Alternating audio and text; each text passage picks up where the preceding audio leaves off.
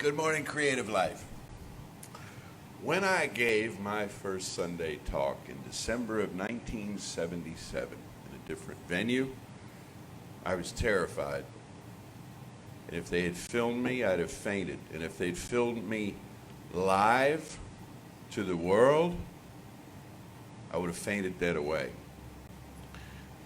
I'm here this morning to introduce our speaker, who is hardly a guest. You know her well. The first time she spoke on a Sunday, which is a very big deal for practitioners and ministers, we in this teaching, a Sunday talk, it's a bigger deal to us than it is to the congregation, you know, because it's like our life's work is coming to this sort of apex moment. Well, the first time that the Reverend Lisa Ryan spoke here on Sunday was on March the 13th. Wasn't it the 13th or 15th? Somewhere in there. Anyway, it was the last Sunday that we had a congregation present, and it was the first Sunday that we went to Facebook Live. And to give your very first talk, and I told some students in the School of Ministry that I worked with over the weekend about what you did, and they all gasped. To have it be your first talk and to have it go live to the world is pretty remarkable. I was not here to introduce her that day. I was out of town, so today I absolutely have to. And you know her well. You've seen her every Sunday here on this stage for the past 6 months plus. You know her as our social media manager. You know her as our teen advisor, one of our teen advisors. She's everywhere doing everything. She's at the food events. She's helping out in so many different ways. She is beloved, and she's homegrown too. Here, had all her classwork, her practitioner license, and all right here at Creative Life. It gives me great joy to present for your listening pleasure this morning, the Reverend Lisa Ryan.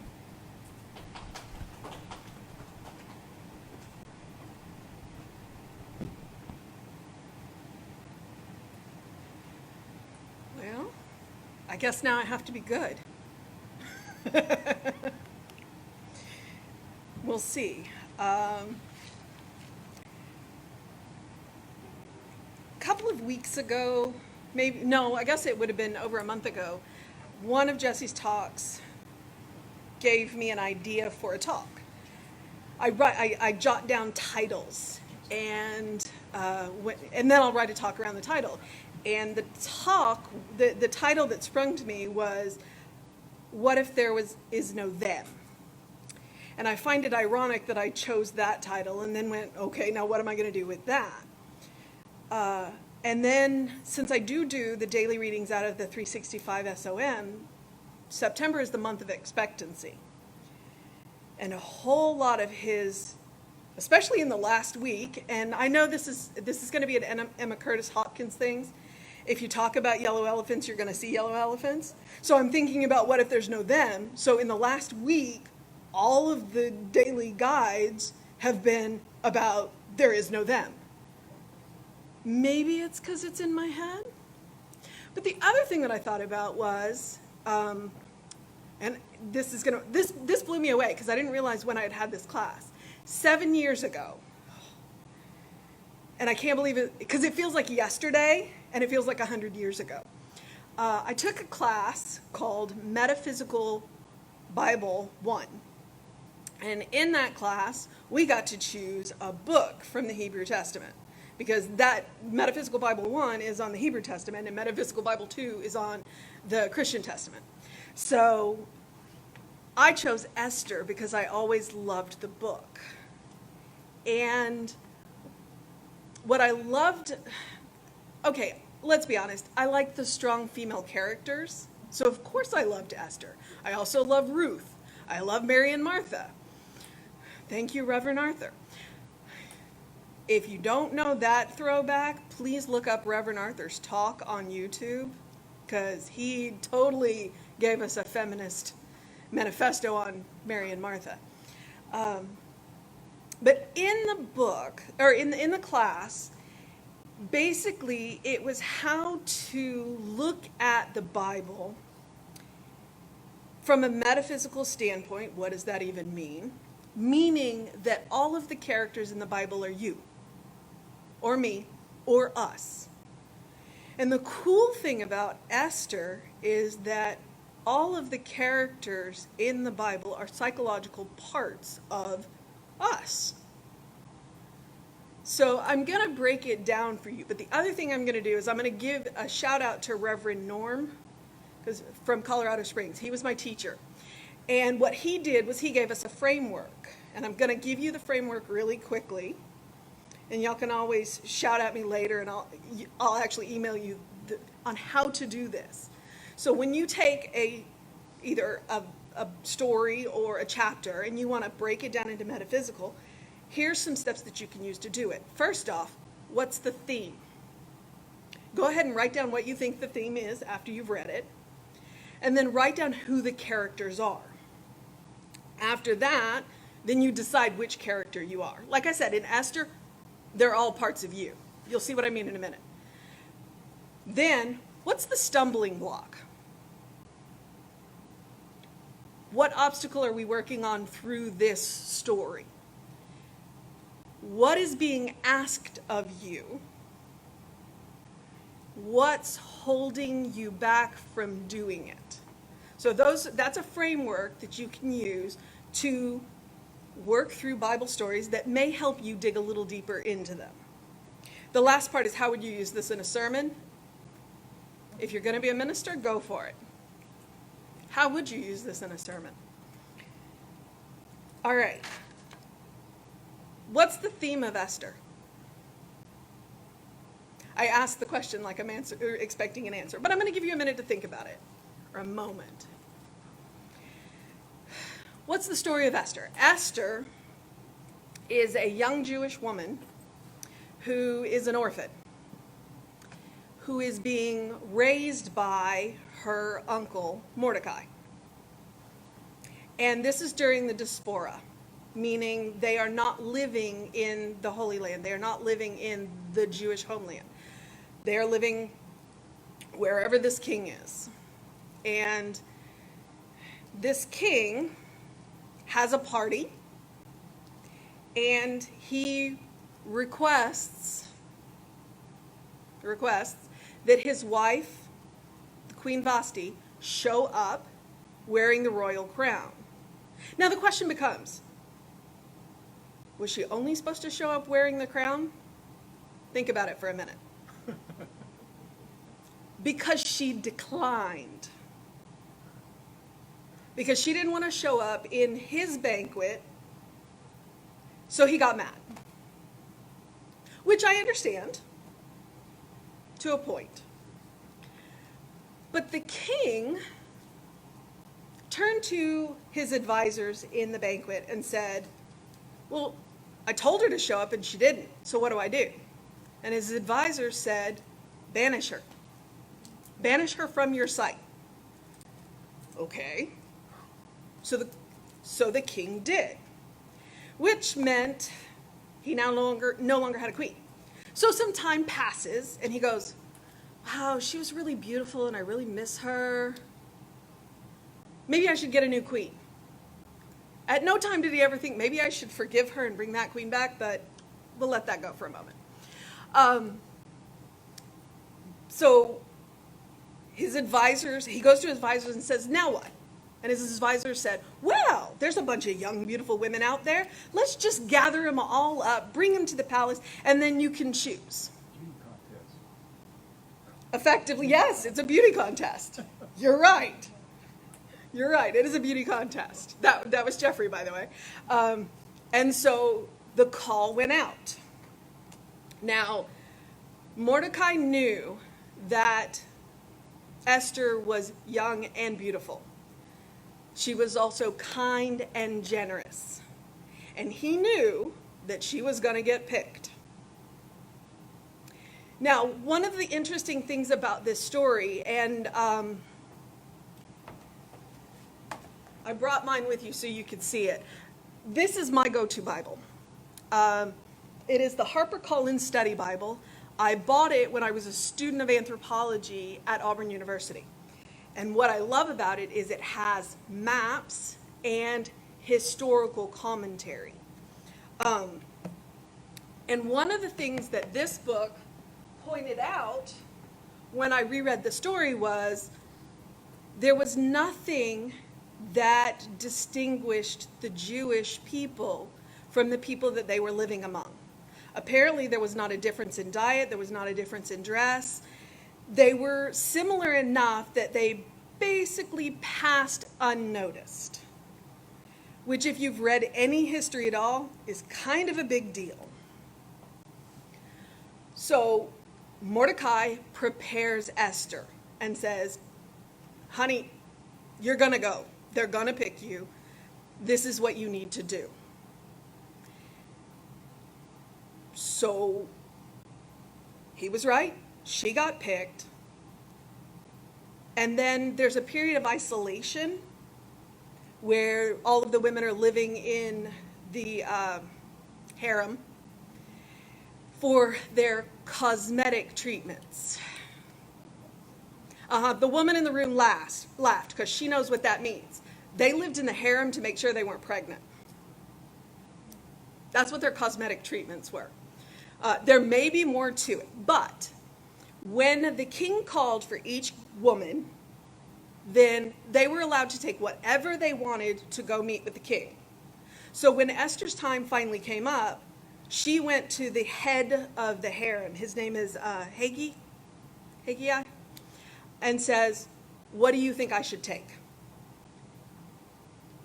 So right there, she started off with, let me go to the person who knows the king the best and ask him what I can do to be safe and to please him. So that's what she took in when she met with the king. And she quickly became the king's favorite. So of course Mordecai's worried about his niece. So he takes up a post at the gate. They don't specify which gate. While he's sitting there at the gate, he hears two of the other gate guards who are unhappy with the king for whatever reason, plot to assassinate the king.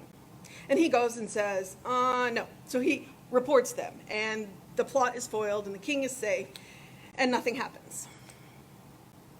Now, let me go back and tell you a little bit about some of the characters that I've already told you about.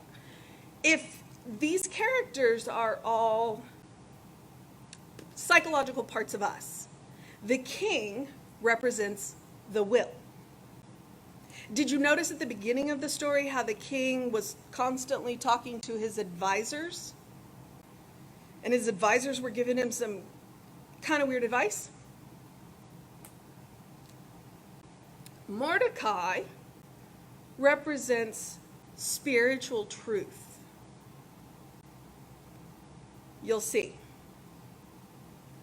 Now, if you dig into the story, which I'm not going to, but I'm just going to go ahead and give you a heads up, and let me cite sources here.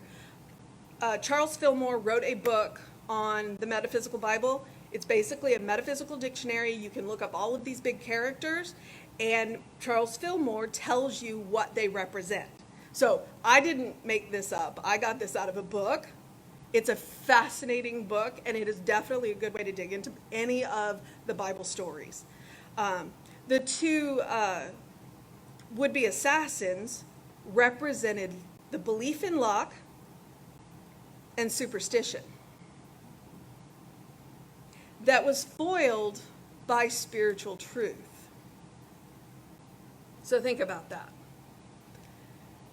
Now we have two other characters that we haven't really talked about. We've talked briefly about Esther, and I'm going to let you make up your own mind for right now what she stands for. But now I need to tell you about Haman, who you don't see in the first half of the book. And then, all of a sudden, out of nowhere, he's the major advisor to the king. He has now become the major director of the will. And when you hear some of the things that he's done, you're kind of like, oh. So let me lay it on the table for you. Haman represents ego. Okay? So that may help you with some of the things that he's about to do. he's coming and going, and he's big man on campus, and he pretty much whatever he wants, the king will let him do. And then he's walking through the gate one day, and Mordecai doesn't bow. And Haman got really upset about that. Now, the book isn't clear how Haman knows that Mordecai is a Jew. That's one of the things that they said in there in the notes is, and you read the book and you're not. But all of a sudden, Haman is really ticked off at every single Jew.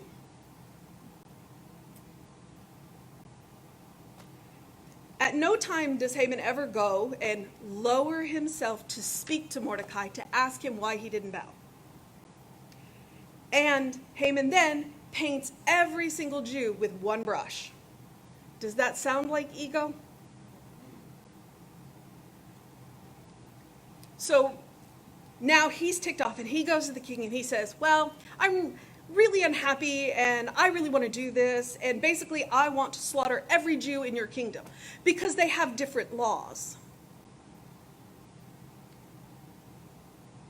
So they don't live by the laws of the kingdom. We don't know how long the Jews have been living in this kingdom, but I'm kind of sure that if they've lived there for as long as it sounds like they have, they do live by the laws of the king. But the king didn't think about that. The king went, oh, okay, you can do whatever you want.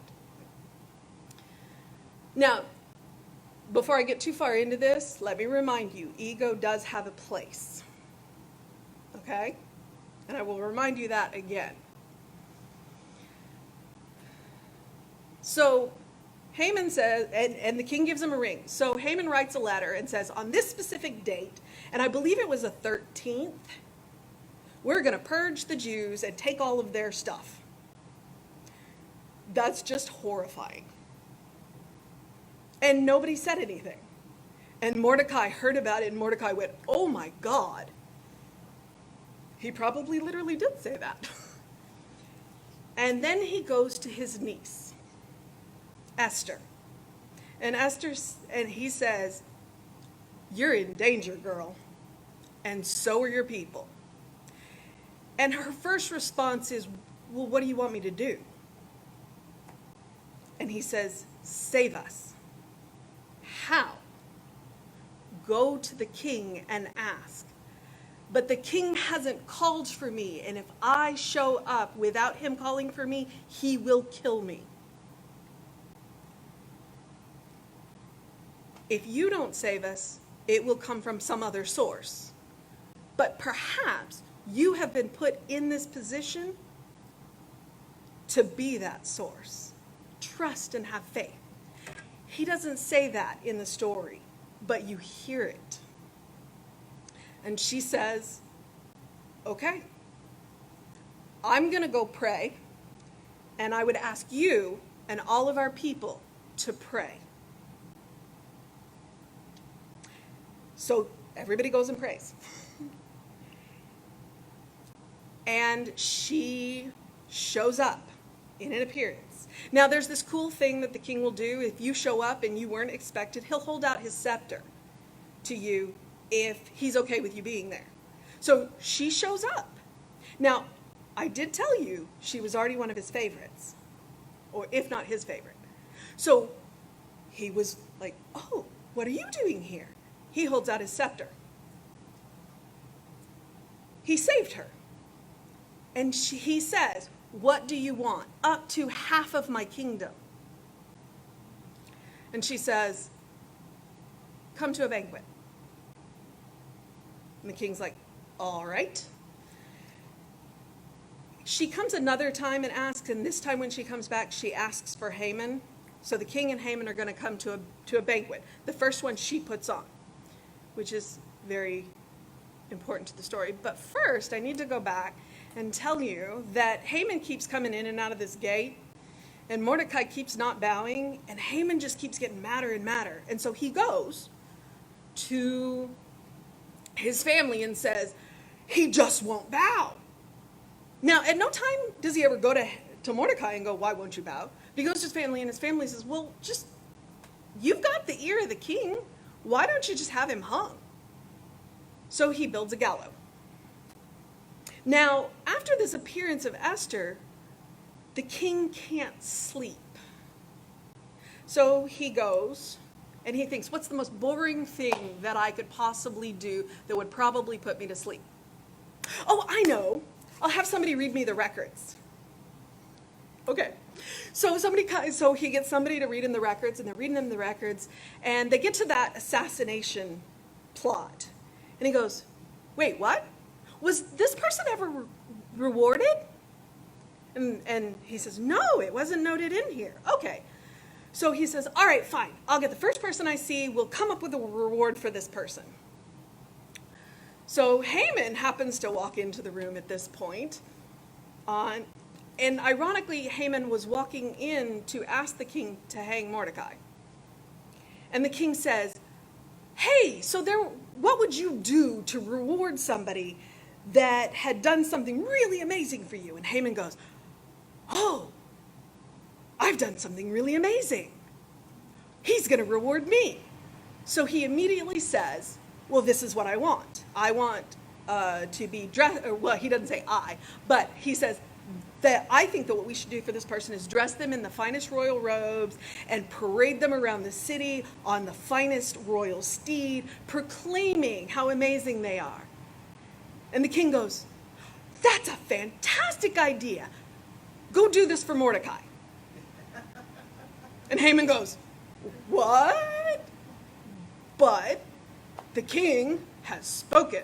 So he goes and has it carried out. And then he goes back to the family and he goes, you know what? I think I'm really in trouble here. So he shows up to the king and goes to the banquet with Esther. And again, the king says, what is your request? Up to half of my kingdom. And Esther, and I'll bet you anything knowing this woman, she looked Haman straight in the eye and said, there's a plot to kill all of my people. Please save my people. And the king went, what? There's a plot to kill all of your people? Absolutely, we rescind the order. Make it so. Who did this? Now everybody, all the eyes in the room look at Haman. And Haman goes, Okay, so let me remind you that the ego is not a bad thing. But in this story, who is Esther? Love. Esther is love. She is willing to sacrifice her life to save her people. She is willing to step in front of the will, between the will and the ego, and say, this is not okay. And Mordecai is spiritual truth, who has been guiding the will. And the ego, Haman, was freaking out because he was losing control of the will, of which he should have never had in the first place. Because love and spiritual truth don't seek to control the will. They seek to guide the will. But ego seeks control. So, since we're in 1500 BC, or 5000 BC, I'm going to say, who's driving your chariot? All right? Are you letting Haman drive your will? Are you letting your ego run away with you? Because one of the other things that I found really fascinating that was pointed out in the commentary of this story is that the gallows that Haman built was built of ego's flaws. So when you let the ego run the will, you are building your own gallows. But when you let spiritual love and truth guide, then you are not building gallows for yourself. So, One of the things that was pointed out was that the ego is responding to the growing power of spirit, because spirit will not bow down before ego.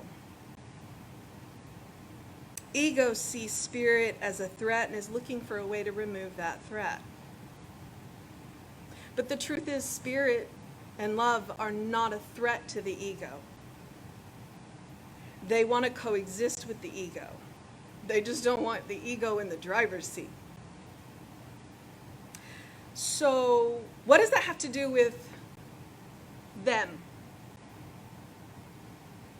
Am I going to tie this together, or am I going to do like Jesse and just completely run away from it? No.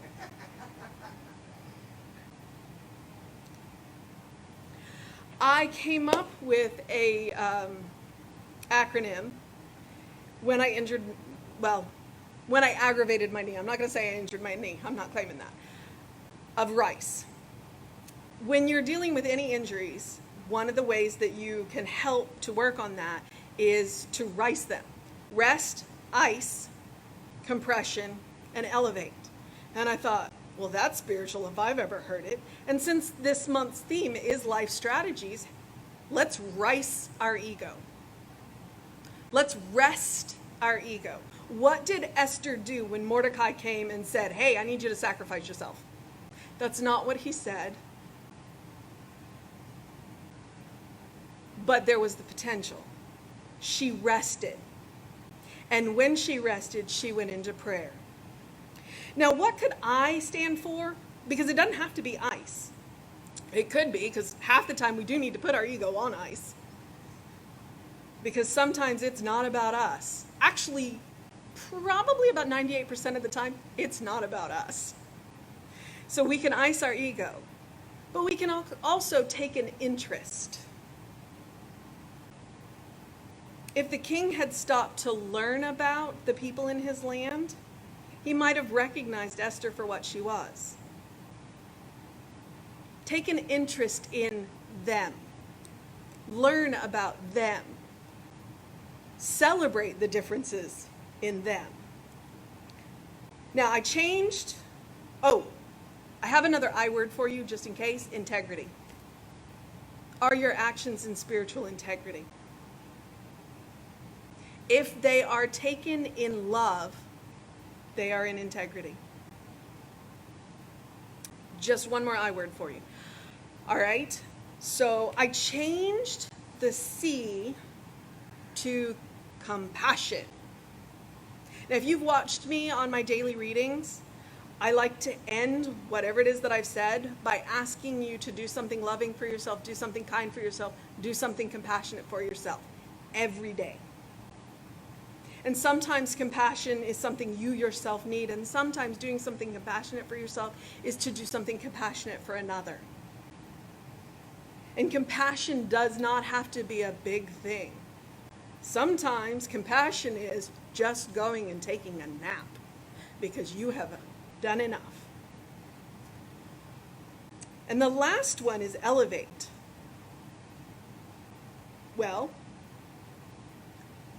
there's nothing I can do with that word, because that is the point of this teaching.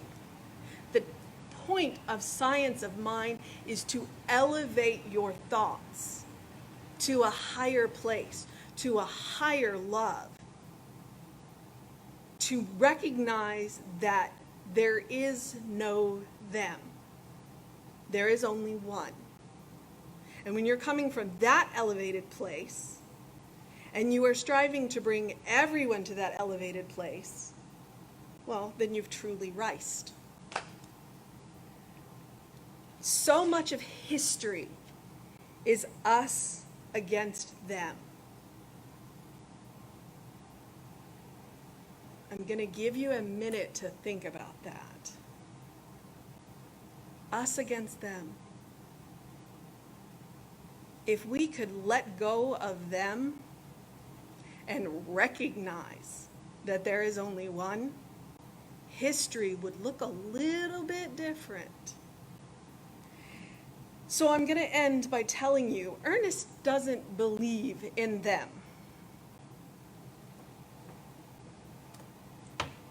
And the proof is in all of his books. but this one in particular. On September 25th, I know that life gives me according to my faith. Therefore, I elevate my faith. I lift my mind. On September 24th, I recognize that the divine spirit flows through me is really the presence of love. On September 22nd, this teaching calls for a recognition of life in everything, of spirit operating everywhere.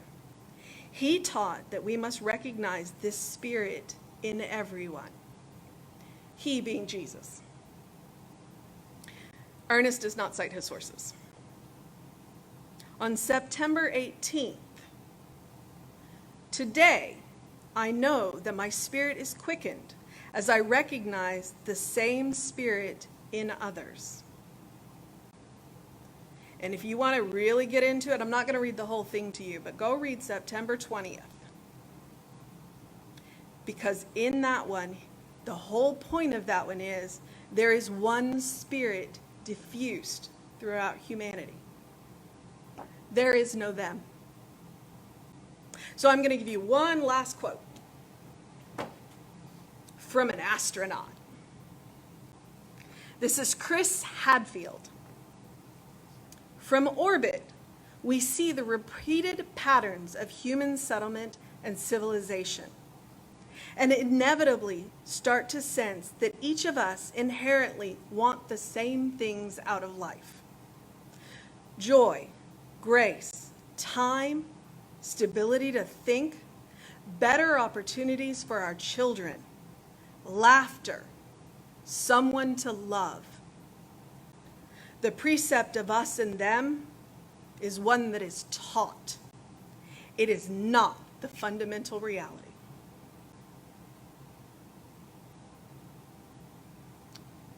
There is no them. There is only us. And in the knowing of that, I'm going to step back and know the way we start all of our treatments. There is one life, one power, one presence, one love. And each and every one of us is a part of that one life. We make up that greater whole that is so much bigger than us. We bring this amazing quilt of life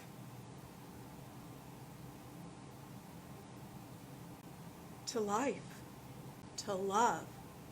And so in knowing that, I am knowing that we are resting, that we are developing and culturing that interest in each other, that we are showing compassion to ourselves and to everyone, that when we look in each other's eyes, we see the divine spirit looking back at us, and that we feel that love flowing through us. And I know this with all of the gratitude in my being. And I relax and release and know that it is so because I have elevated my spirit and I'm bringing y'all with me. And so it is.